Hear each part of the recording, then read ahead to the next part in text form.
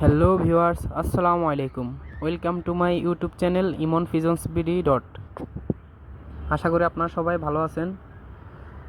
দেখেন আমার কবুতরগুলা আল্লাহর রহমতে এখন বসন্ত সিজন চলতেছে, তারপরেও কবুতরগুলো আল্লাহর রহমতে সুস্থ আছে, ভালো আছে। সবগুলা কবুতরের নিচে ডিম আছে। এগুলো হচ্ছে আমার একটা দেশি কবুতরের জোড়া। এই পায়রিটা আমি ঢাকা থেকে আনছিলাম, এখন দ্বিতীয়বার এটা ডিম বাচ্চা করতেছে। আর এটা হচ্ছে আমার গিরিবাজের জোড়া, এটাও ডিম পারছে আল্লাহর রহমতে, দুইটা ডিমই কমপ্লিট হয়েছে।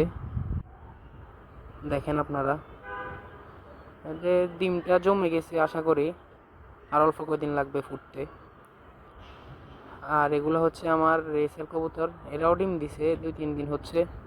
এটা হচ্ছে রেসের মাদি, এটা নর। এটা সবজি রেসের নর, ওইটা মাক্সি রেসের মাদি। দুইটা একসাথে জোড়া দিছি আমি। মাক্সি কালারই বাইর হয় বাচ্চা। কয়দিন আগে এদের বাচ্চা আমি বিক্রি করছিলাম, এখন আবার ডিম দিয়েছে আল্লাহর রহমতে। আর এটা হচ্ছে আমার অনেক পুরাতন এক জোড়া শখের কবুতর, দেশি কালারিং রাজগোল্লা। এদের বাচ্চা আছে, সুন্দর দুইটা বাচ্চা আছে। এটা আল্লাহর রহমতে আমার কাছে 2 বছর প্লাস আছে। অনেক পছন্দের একটা জোড়া আমার কবুতর। এদের বাচ্চাও অনেক সুন্দর হয়। এর কিছুদিন আগে ডিম পারছিল, এখন বাচ্চা ফুটছে আল্লাহর রহমতে। এটা হচ্ছে মাদিটা, আর এটা হচ্ছে নটটা। দুটোই সুন্দর। আর এটা হচ্ছে আমার সবচেয়ে পুরাতন কবুতর এবং সবচেয়ে পছন্দের কবুতর, এটা হচ্ছে আমার দেশি রাজগোল্লা। এদেরও ডিম আছে।